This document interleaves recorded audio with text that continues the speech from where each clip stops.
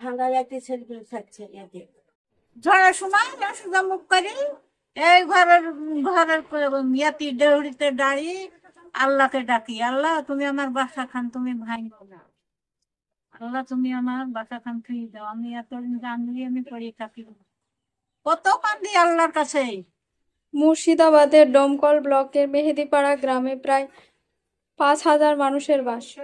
একদিকে এই গ্রামের কিছু মানুষের ঘর গড়া টিনের ছাদ, রঙিন দেওয়াল, যা তাদের জীবনে শান্তির একটি ছোট অনুভূতি সৃষ্টি করে। কিন্তু একই গ্রামে আরও পাশেও রয়েছে মানুষ যারা আজও খোলা আকাশের নিচে, ভাঙ্গা কুড়ে ঘরের মধ্যে অথবা গাছের ছাউনির নিচে জীবন কাটাচ্ছে। হেসাতুন বিবি 72 বছর বয়সী এক বৃদ্ধা, যিনি দীর্ঘদিন ধরে এই কষ্টের মধ্য দিয়ে জীবনযাপন করছেন, বলেন, বৃষ্টির রাতে আমি এবং আমার ছেলে প্লাস্টিকের নিচে ঘুমাই। আমি জানি না আমার ঘর কবে হবে। হেসাতুন বিবি যেন এক প্রতীক হয়ে উঠেছেন সেই সব মানুষদের যারা প্রকল্পের সুবিধা পেলেও তা বাস্তবে কখনো তাদের কাছে পৌঁছায়নি। আমার স্বামী ধরেন 2 চোখ অন্ধ ছিল, ও গা বাড়ি বাড়ি ছেলে পেলে মানুষ করেছে, প্রতিবন্ধী ছিল, মরে গেছে, মরা 10 বছর হলো। তা আমি আর দুঃখী মানুষ, আমি তো এই করে মাঠ করে ঘাট করে খাই, আমার বাসাটুকু নাই। মেহেদীপাড়ার প্রায় 50টি পরিবার আজও এমন কঠিন বাস্তবতার মুখোমুখি। তারা কোনো মতে জীবন নির্বাহ করেন, কেউ ভিক্ষা করে, কেউ ক্ষেত মজুরে কাজ করে, কিন্তু তাদের কাছে সবচেয়ে বড় প্রাপ্তি হতে পারে একটি ঘর। কিভাবে সংসার চলে? লেবার খাটি ওই গেছে, যা টাকা দেয় ওই নিয়ে দিনপাত করি। পড়াশোনা দেওয়া আছে ঘরে, তেমন পড়াশোনা দেওয়া আছে, এই ঘরে পড়াশোনা। ঝড়ের সময় কারোর বাড়িতে যে বসে থাকে, ভয়ে পালিয়ে যায়, জানের ভয়ে পালিয়ে যায়। গোটা রাত পানি হয়েছে, গোটা রাত বসে কাটাচ্ছে। ঘর পড়ে মেরে গেল, মেরে যেতে চেতন পাই না কেউ। এর আগে একবার ঘর উড়িয়ে গেছিল যে ঝড়মুড়ে, তাও কেউ তাকায়নি। তখন কি করেন? তখন কি করবো, তাকে থাকি, বসে থাকি, আবার হয়তো চাহি চিনতে করবো। ঘরের জন্য 3 বার ছবি করে নিয়ে গেছে, তাও ঘর দেয়নি।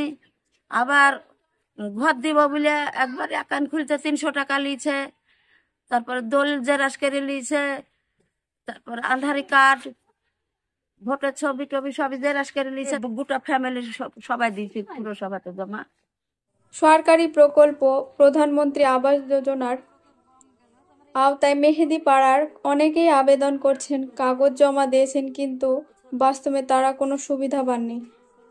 এমনকি গ্রাম পঞ্চায়েতের সদস্যরাও এসে ছবি তুলেছেন, কাগজ নিয়ে গেছে, কিন্তু বাস্তবে আজও তাদের ঘর হয়নি। ঘর যাদের পাকা বাড়ি আছে তারা টাকা দিয়েছে, তার ঘর হয়েছে। যার টাকা দেয়নি তার ঘর হবে না। না, আমি টাকা দিতে পারিনি, তাই আমার ঘর হয়নি। 25 থেকে 50 পর্যন্ত যে যত দিতে পারবে তার আগে ঘর হবে, আর যারা না দিতে পারবে তাহলে ঘর হবে না। 50,000 টাকা চাইছে আমার ঠেন, আমি আরে দুঃখী মানুষ কোথায় পাবো? তাহলে 50,000 টাকা দিতে পারলে তো আমি ঘরই করতে পারবো। চল আবেদন করে দেখে না যে কোন আরে দুঃখীরা পাচ্ছে না, কোনটা পাচ্ছে না। আর ওই একজনকে 3 কোটা 4 কোটা করে ঘর তো ওই তো দিছে, যে তার আনঠা কান্ঠা পালাঙ্গা তামান তাহারে পাকা করছে, আর আমরা একটু শুয়ার জায়গাটুক পাচ্ছি না। আমরা তাদের অভিযোগ, তাদের মুখে একটুকু হাসি কিংবা স্বপ্ন তা কেবল প্রকল্পের কাগজে বন্দী হয়ে রয়েছে। আমার মেজ ছেলের ঘরে সব জমা দিল, দিয়ে আমার মেজ ছেলের ঘর আইলো, সেই ঘর আমাদের মেজ ছেলেকে দেয়নি। আমার মেজ ছেলের কি অবস্থা? কেন দেয়নি? দেয়নি, ওরা বদমেশি করে দেয়নি। এই দেখেন পানি পড়ছে, পানি আমার ছেলে পেলে মেজ ছেলে কাল শুতে পারে রে পানির জ্বালাতে। সবাইকে বলেছি, থানা সব ভাইকে বলেছি, থানা বিডিও অফিস এমনি এইচডি অফিস সবকিছু জানিয়েছি। বলেছে যে হবে করছে, হবে বলছে, কিন্তু টাকা না দিলে ঘর হবে না। মানে তিরপাল টাঙ্গে যারা থাকছে তারাও পায়নি। আর আমরা তো পাইনি। ওই পাড়াতে আছে একবারে মানে খাটতে পারছে না, একবারে গরিব, তারাও পায়নি। 50 ঘরই হবে, পাইনি ঘর। ঘরের জন্য কতবার আবেদন করেছে? বহুবার আবেদন করেছি, বহুবার। কোথায় কোথায় আবেদন করেছে? থানায় করেছি, বিডিও অফিসে করেছি, এইচডি অফিসে করেছি, চেয়ারম্যানের কাছে করেছি, কাউন্সিলরের কাছে করেছি, সব জায়গায় করেছি। এদিকে 10 বছর থেকে তো কিছুই হয়েছে না, হবে বলছে। মেম্বাররাই নিয়ে যাচ্ছে, আধার কার্ডের জিরোস নিল, ভোটার জিরোস নিল, এই ভোটার ছবি, তারপরে পাসপোর্ট করে নিল, সবই করছে। কত বিলেছি, কত বিলেছি।